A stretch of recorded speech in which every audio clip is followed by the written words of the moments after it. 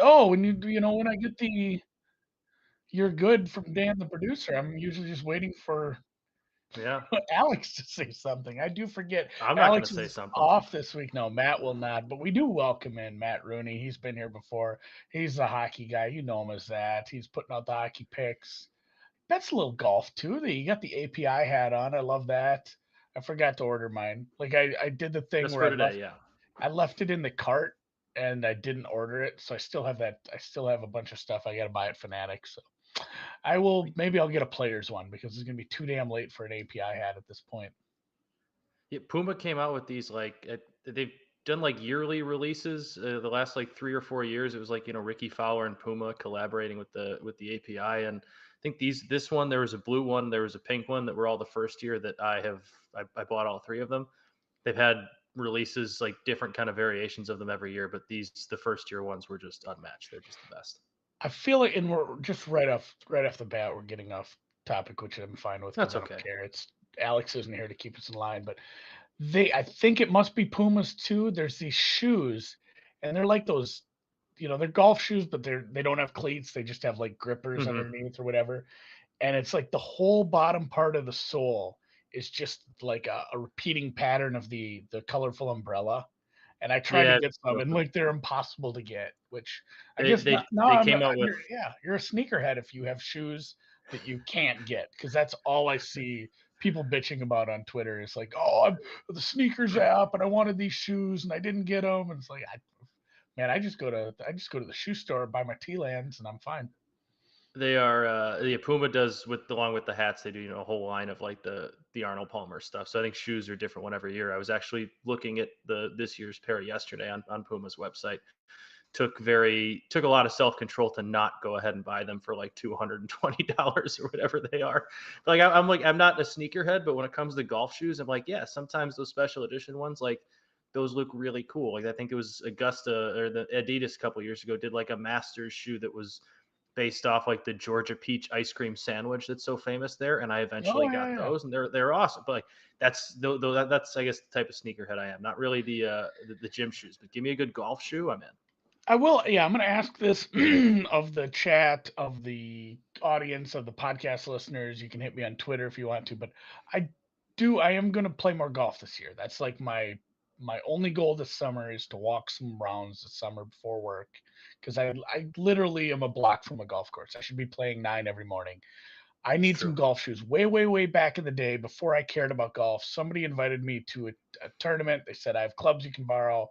And I went and got some shoes. And I'm like, I'm not paying for golf shoes, but I really thought I needed golf shoes. So I went to like the thrift store and they had one pair of golf shoes in the whole place. And they were my size, and they're just like the old FootJoys, the white and brown pattern, Hmm. like the classic FootJoys, and they're good. I put new soft spikes on them eventually, and they're fine. But I should get some new golf shoes. So looking for recs for new golf shoes from No you no free guys. ads. No fear. Adidas makes a really comfortable pair, and Puma probably Adidas and Puma are probably the two I'm a recs I would Puma give you. guy. Pumas, my I workout go shoes are Puma. always Pumas. So maybe Puma golf shoes are fantastic. find me some. Oh, we got to get some squares like Sep. Yeah, those were fucking ugly. Sep shoes are awful. Real quick off the top, you can see the FanDuel logo in the top. If you can't, it's because you're listening to this as a podcast, or you have your eyes closed, or maybe you have us playing in a different tab. I don't know. Either way, we welcome in new title sponsor FanDuel Sportsbook. They will be our sponsor for the summer, so we'll be using their odds, looking at their various markets, and encouraging you to get signed up, especially if you're in Illinois. I was There gonna is say a I'm excited to sign up with them on Friday. I believe it is March 5th. They go live back. We can mobile register again. I don't have to drive, an hour to go sign up in person on Friday in Illinois. I can just click our nice BetSperts FanDuel link and get myself registered there. Yeah, yeah. Congrats on the McAfee FanDuel bag. Our bag wasn't quite that big. I think much smaller. But we are excited to work with FanDuel. And like Matt said, Matt's a Chicago guy. I know a bunch of you guys do live in that state as well. It'll be awesome again to have mobile sign up, mobile stuff for them. I don't know why more states aren't just going to that right away. Hopefully, that's going to be the norm rather than the maybe the exception to the rule going forward. So we'll have some promotions going out if you live in Illinois and you are subscriber to, or if you're a user on BetSperts, we'll probably send you some free promos out there for some good stuff for the pre-registration offer. Check that out in your email, and let's gamble a little. Let's Let's bet do on it. some things. That's what this I show's about, right? Yeah, I didn't really. I just put this in here because I want to talk about this. If you guys have followed me for years, I do my conference tournament previews this time of year. I have another one pretty much ready to publish right now. This year a little different. I've been doing some short videos too. I think this is fun. So if you are on the YouTube channel and you hate reading, I'm going to take those articles and compress it down to like a 90, 120-second video. High level stuff, just go over the bracket quick, show you the odds, tell you who I picked. I will be taking an outright in every single conference. I'll probably, you know what? I am going to thumb my nose at the big boys again though. Every year I've written 26 previews and there's 32 conferences because somebody is always doing a better job of the ACC and the Big Ten. Like, I just don't pay attention to those. I don't bet those conferences. So, like, you can have those. I'll probably just do the 26 I always do. Continue to look for those on YouTube. I have the NEC and the Horizon up. The Ace Sun will be very soon, and the Patriots, obviously, this afternoon as well, and a few more tomorrow. So, if you have any questions or if you have any hot tips on conference tournament action futures, that's my favorite thing to bet, is having like 15 future bets live on like a Friday. Once we get into this rolling season where like three start and then three more start and then four more start, and by Friday you have like 16 teams in action that you have bets on. It's a whole nother kind of thrill. See, I did have a couple of college basketball conference tourney questions, but you said avoid you're not doing the big boys, so I don't know if I can ask them. I had a couple. I had an ACC question, I had a Big East question, but I don't know if you're Oh willing man, to yeah, answer them or not. I don't know. Those tournaments are very difficult too because like the Big Ten, the Big E, they let everybody in, and they're like Hmm. 15 deep now. So Literally, that yeah, like yeah. there Like are the ACC, it's like the top four seeds or whatever get a double bye. Like they're letting that many teams in that they have to give like four teams double buys. yeah, those It's it's brackets pretty are a wild. mess to try to break down. Like I struggle with these because some of these do, reseeding and goofy things, and that's a big part of the previews is like really understanding what's happening because you can look at a team's path, you look at this bracket and be like, oh, they go here. No, they reseed. Like things can flip on their head just based Hmm. on some other team getting upset, or hey, this is a team that's going to be home. No, they're going to Indianapolis after 2 rounds. Some of these they'll play a couple at the campus sites and then they'll go to a neutral site. Some of them are neutral site all the way through. That's a big part of what I try to get my head around. So I have the information looking at those games individually. Speaking quick of West Coast Conference and the OVC, do the triple buys, where if you are the Triple top buy, two teams, love that. yeah, That just get you to the semifinals. you're in the semis. Yeah, Gonzaga is Oh just sitting there God. in the semifinals. Like last year when the COVID was a little spikier, and they were the number one team undefeated. I remember before the tournament, like when the tournament started, since they didn't have to play, those guys just went and got a hotel away from everyone just to make sure they didn't get sick heading into Yeah, the makes tournament. sense. So, but yeah, Gonzaga, congrats on your semifinals appearance so far. We'll see how that goes. I'm sure they're minus 400 to win the tournament again. That's never a fun one to break down because it's a mid-major with a super powerhouse in it. It's annoying, but individual bets. I don't know if I'd place these. Andy's cold as ice. This is the worst run in college basketball I've had for a while. Like, Fade Andy. take it. Yeah, fade Andy. I guess. I don't know. I really dug in and looked into some of this stuff for what's been going wrong, what's been going right. I did come up with a couple bets today. I haven't put them in on BetSperts yet, but Green Bay plus 10 versus Detroit. Detroit's a team I like. I joked with a couple people like that conference tournament. The Horizon is so wide open. It's just a mess of like nobody set themselves apart, and there's a lot of teams that have to play an extra game that have a pretty decent shot at maybe making a run. Detroit's probably one of those teams. They have the best player in the league. They're just, like the sixth best team overall. But we've seen this. I kept comparing it to Max Abmas from Oral Roberts, where a guy can just take over win the Summit League. Then they, just keeps going, wins a couple games in the tournament. So Detroit's a little squirrely of a team, but I can't get them up to 10 points here versus Green Bay, even though Green Bay is a bit of a poopy team on offense. I like their defense here. They're a middle of the pack defense who could probably keep this close. And Green Bay plus 10 is my only look in the Horizon League. Otherwise, my future is sitting on a bye. And you'll have to check out that preview because I'm not telling you it's Purdue Fort Wayne. Oh, come on, But you gotta keep the tease, Andy. I know I'm not very good at teasing. And then the other one is a team I've done this a few times with. This this total's gonna be low because they have a good defense and they run a slow pace. But I like Richmond to score some points here. Richmond is a very good offense. Richmond doesn't turn the ball over. Richmond shoots the free throws well. Richmond and Dayton have faced each other. I think no, this will actually be the first time they meet this year. Some of these conferences that have too many damn teams, you're not getting two matchups versus everyone here. But yeah, I'll make this like 136. Honestly, yesterday I should have looked in this, and I don't know if a lot of places have team totals for a shit conference like the MEAC. But man, I said like, how do I lose this game? And NC Central doesn't help. And Norfolk scores 75, 80 points, and the other team doesn't get me there. And if you did an implied team total, my favorite would have gotten there, but the total fell woefully short. As boy, it was an ugly go from it was like 40-17 at one point.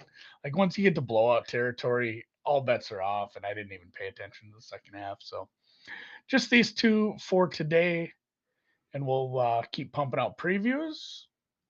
I love with your Dayton bet there, the Dayton over there, that just the sigh, the complete like, I hate this, but I just my numbers say I have to bet it, so I'm going to bet it, but I don't want to do it. Like I feel like every gambler's been there at some point. Like I really hate this pick, but it's the right pick, so I'm going to make it. Dayton is like a top 50 team in the country from three.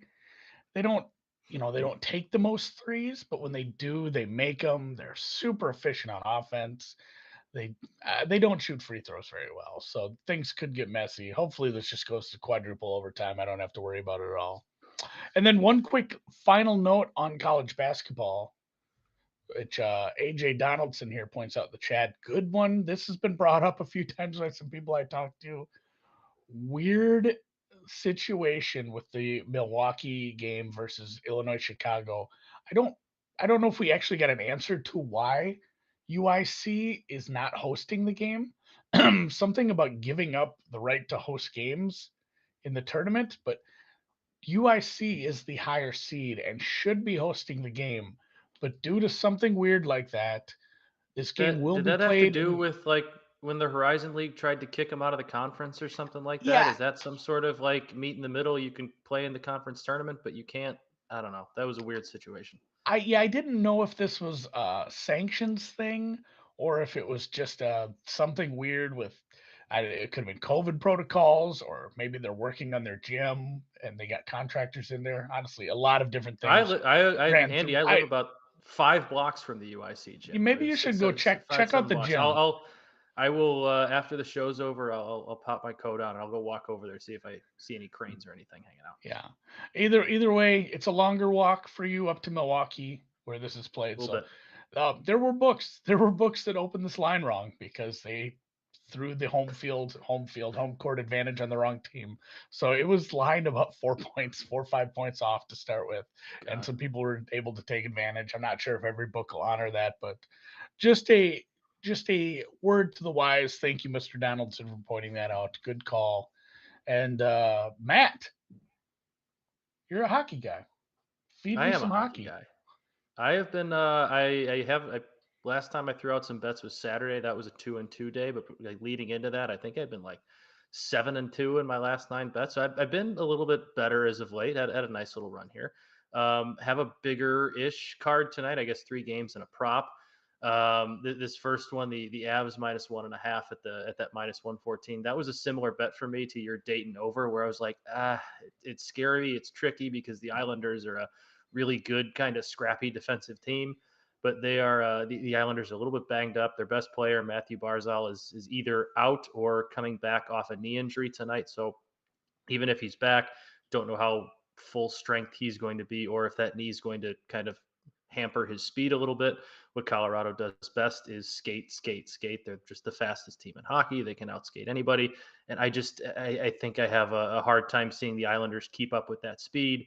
The Islanders have been a little bit up and down. They won their last game 4-0 on the road, but previously they'd lost their previous two, I should say. So I like the Avs here. It's close enough to even money. You're not going to get as many plus money odds on these favorites puck lines as you did midseason early on in the season, because Vegas is on to all these teams. They kind of know more of who they are now, but this is close enough to that even money line for me. And then that same game, Nathan McKinnon over half a goal or two score, anytime goal score, whatever you want to call it, plus 146. He's got, I believe it is 5 goals in his last 4 games, 6 in his last 6. He's scored in each of those last 4. So at plus 146, I really like that. I like taking the chance there. The Avs have just a loaded forward group, 3 or 4 different superstars, and it's just kind of taking turns who carries the offense for stretches. Right now, it happens to be Nate McKinnon, so I like Nate McKinnon to light the lamp tonight. I'm hopping on there with you and fading Detroit. I'm going to fade Detroit, fade the Red Wings. The Hurricanes are plus 110 to cover their puck line tonight. Detroit's a really young, talented hockey team, and in a couple of years, they're going to be a contender. They had a nice, first half of the season. They're kind of starting to fade off a little bit. Carolina is every bit of a Stanley Cup contender. They've won 5 in a row and kind of done that in a whole bunch of different ways, whether that's been close games, blowouts, track meets, low scoring games. They've kind of done it all, and they're capable of doing it all. Detroit really struggles in net. They have their 2 main goalies this year both have goals against averages over 3. So I like Carolina on the road. I think the last time the Red Wings played, they lost a 10-7 barn burner to the Maple Leafs at home. I would not take the alternate over 15 in this one. But I do like the Hurricanes. Really good team against a pretty bad team on a plus money puck line. I'm going to take it. And lastly, the over here, Flames Wild. I'm going back to the well. I had the exact same over in this exact same matchup on Saturday, and they combined for 10. I'm not sure they're going to do that tonight, but the Wild, as of late, have been a little bit lacking in the defensive goaltending department. They've allowed 3 or more. I think it's in each of their last 6 or 7 games. I think it's 7. And they've gone over that 6.5 total. I think it's 6 of those 7. The Flames are 14-3 in their last 17 games, and they're averaging, I think, over 4.2 goals a game in that stretch. They've allowed, close to, I think, 40 goals also in that stretch. So they're playing well defensively, but still letting up some goals. So I think those 2 teams, while it might not get to that 10-goal mark they got to Saturday night in Calgary, see some scoring happen between those 2 teams tonight. They both like to play a faster game, up-tempo game, and I like to see some goals there. Yeah, that's about the. I can bet sides. I can bet props. I just can't bet an under in hockey. That's totals like. It's I tough. get It's well, tough. especially like it always ends up in a weird. It can never be like, oh, it's 4-0 and the other team's just gonna skate it out. It's always like, oh, it's 3-2 and they're gonna pull the goalie with like 9 Hmm. fucking minutes left. Like that's how my life goes when I bet an under. So I gave up on that altogether. Yeah, there's a few spots early on in the year where you have a hot goaltender, or maybe even come playoff time where there's some spots to do it because the game kind of tightens up. But then again, so do the odds. So it's just unders are no fun in hockey to bet. That under 5.5 just is usually what it is. Under 6 looks so small, and it's just you want to stay away from it. It's no fun. It's no fun rooting for the clock in hockey. No, although I used to go to college hockey games back in the day, and I College had hockey games are a blast. Producer it's Dan can attest to that. They're it's a a lot of lot more fun. fun. Ours wasn't even. We didn't even have a South Dakota State didn't have a team technically. It was a club team that was affiliated with the school that were. I don't know. It was a Okay. very complicated thing. I don't understand how that all works. Like they No, I still had a got to brother go to did the like same thing. My brother was on Purdue's hockey team, but it was a club hockey team. It wasn't like a Division 1 hockey team. It was just club. It's kind of strange, but still good hockey. yeah. I don't fully understand how that all works. So, and people are dogging on Milwaukee here. That's pretty funny. Yeah, there's a Milwaukee's been a bugaboo for me for the past couple years. The Horizon League in general. I should go back and look at my Horizon League previews, see what I've done in years past. I think that's been a bit of a struggle. It's just high variance tournament every year. It seems like, although last year it was just maybe a trucking. I think maybe Cleveland State just ran right through it. I'd have to read my fucking preview, I guess. Go back, Golf. check the tape. Bring back the WCHA. Yes, that's the hockey I grew up with. People dog on me for not watching hockey because I'm from Minnesota. I used to watch a lot of college hockey when it was on. Like I loved watching the Gophers play. I watched the Gophers Michigan game live. The one. The what do you call it where you scoop the puck? Oh yeah, the epic goal was like what 20? It was like 20 years ago now. The one where he Well, behind the net kind of picked it up on his yeah, I stick and mean, yeah. I was in like junior high, man. This is why I think it was multiple overtimes, and the Michigan guy, it was like like can't even be mad. Like, how do you score like that? How No. am I gonna be mad? How are you gonna be mad about that loss? So, close her out with some golf. If you kept up with my stuff, and somebody asked about my tournament previews. Like, how much are you just betting a unit on? Yeah, I'm gonna smaller units, but I'm gonna just flat bet all the conference tournament previews. Like, unless I say, hey, I'm betting a 40-1, so this is a smaller bet. Everything's the same. That's what I'm doing in golf now. I'm not dinking around with this. Hey, I'm gonna bet smaller amounts on this. I'm gonna bet everything's the same. I'm just betting the same amount on everything because some weeks I hit an outright, and I'd like to absolutely crush when I do that. Some weeks my matchups do well. I want that to, like my daily matchups. I used to bet smaller amounts on those because I thought it was higher variance. Where I think maybe the edges could be had there. So my daily stuff did better last week. So everything's just going to be the damn same. And honestly, that worked really well last week because we cleaned up on the top 30, top 20 markets with some big prices, and that's what saved my card. So I will have an article out tomorrow with all my bets. You can look for that. I will post it on the Twitter. But so far, just some outrights I placed yesterday and some top 40 bets. So I went a little squirrelier with top 20, top 30 because last week was a high variance tournament with a real shitty field where you could have some goofy names up top. Guys like Svensson that weren't getting enough respect yet really came through for me. Somebody like Matthew Neesmith is going to perform well. I predicted him to perform well, and he just got there like by one spot into that top 30 market, but he's not going to do something like that with a field like this. A little tougher, so I did stick with 40s this week with a couple of guys, starting with a former winner, a winner on the tour this year. Tom Hoagie played really, really well at Pebble Beach. He just doesn't ever putt that well. If he putts as well as he did at Pebble Beach, he'll probably win again. Like, and that was a weird one with multiple courses. Obviously, a little goofier. He missed cut at Genesis, but he has been playing well despite being different types of courses than what we're looking at. The Amex second there. Obviously, I mentioned the win this time last year. He was not the player he is this year. He missed the cut here, but he ended up playing very well at the Players next week, finished 22nd. And he is a guy I'm kind of focused on based on just his overall game, where he's at right now, and the fact that he can play very well on these long par threes. If his putting is not there, he might miss the cut. But I like this price. If his putting is even, you know, average, he's definitely going to be there on the second day, and the third day is the more important one for making the cut, I suppose. But making it through to the weekend, and I don't expect him to compete with some of these top players, but I do think he'll be there and getting him to the top 40. My other ones, Shea Ravi, I'd say Ches. But he's another one too, where a lot of this was just kind of based on driving.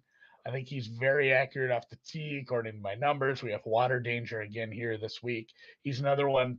Putting's a little weak, a little bit of team no putt, but again, he's been playing well on a second shot. He's been driving well. That's a combination we like to call tee to green. And if he's finding the greens, I don't give a shit if he can't putt. I just need him to play average golf, make the cut, and find himself into the top 40 for almost a 3-1 price. So I like that one quite a bit. And then Brendan Todd, I skipped over because I did talk about him yesterday in the outright markets. I said, hey, he's 150-1. I'm taking a little tickler on here, but I'll probably have him in a finishing market too. Again, Pebble 16th, Phoenix Open 26th, Honda a little lower. He was struggling with the second shot at the Honda. He actually putted very well the last couple of weeks. He is a guy who can putt pretty good on Bermuda. That's another reason to be grabbing him here. But yeah, Brendan Todd is, his rolling putting stats not great, but rolling putting stats in Bermuda only very good. In fact, if you go like last 50 rounds with this field, Bermuda only, he's a top five guy. So he is a guy who can putt on this sort of stuff. And his fairway, accuracy driving has been very good, along with a few other stats I'm using to try to find some guys with some value this week. So those three, in case you missed it, Brendan Todd plus 220, Tom Hoagie plus 150, and Chez Reavie plus 280. All top 40 markets. I love those. I think positional markets might be my favorite bet this year. So are you just like I feel like when I watch the show, your golf picks a lot. A lot of your picks are those high potential, like off the tee, second shot guys, the guys who strike the ball very well but don't putt all that great. Is a lot of your philosophy just like kind of taking the guys who hit the ball well and banking on them getting hot with the putter for 4 days? You can't predict putting. Like this is a weird. No. There are people out there who you can say this guy's a good putter, and you can Hmm. say this guy's probably a bad putter. But outside of like the edge cases, like 90% of the field, putting is very hard to predict. It's not sticky. It's like we said with Tom Hoagie. He putted really well at the courses out there in Pebble, and he won. Like anybody with a good overall game getting to the green, um, I think they're super high variance to finish high. And yeah, most people who model golf struggle with the putting part because it's just not sticky. It's so hard to predict from week to week. I think, like I mentioned, Bermuda grass, like there are some guys where you can say, hey, this guy, he has a higher ceiling putting on this type of grass because he plays well on this. There are people who play, better on the bent grass where it's just that's like what we play up here, Matt. Like bent grass is just nice, easy. It just rolls. Some of these Poa and Bermuda, the way that one is bumpy and the other one has a grain to it. There's people Hmm. that can specialize in that, and I don't know. I struggle with all that. I've played in Bermuda once. It was horrible. It was I'm used to my nice bent grass up here. I'm a bad Bermuda putter. Fade me on Bermuda. I wouldn't pick me this week. Um, yeah. Otherwise, thanks to FanDuel Sportsbook for the title sponsorship. Look at us. We got an FD up on the corner. We're Look at we're us. official. I'm going to call Pat McAfee after this, see I if say he wants to wrap. it's us, it's Pat McAfee then us. I think we're the number two FanDuel sponsorship. It's kind of 1-2, I think, and it's maybe 1-1A. So if The you least they can do is enjoy, is get McAfee on the show for us. I'll talk. So Yeah. if you do enjoy betting on golf or whatever else, hit the thumbs up. Thanks to Matt for joining me today. Great guest hosting. Thanks to producer Dan. Thanks to you, and we'll catch you tomorrow.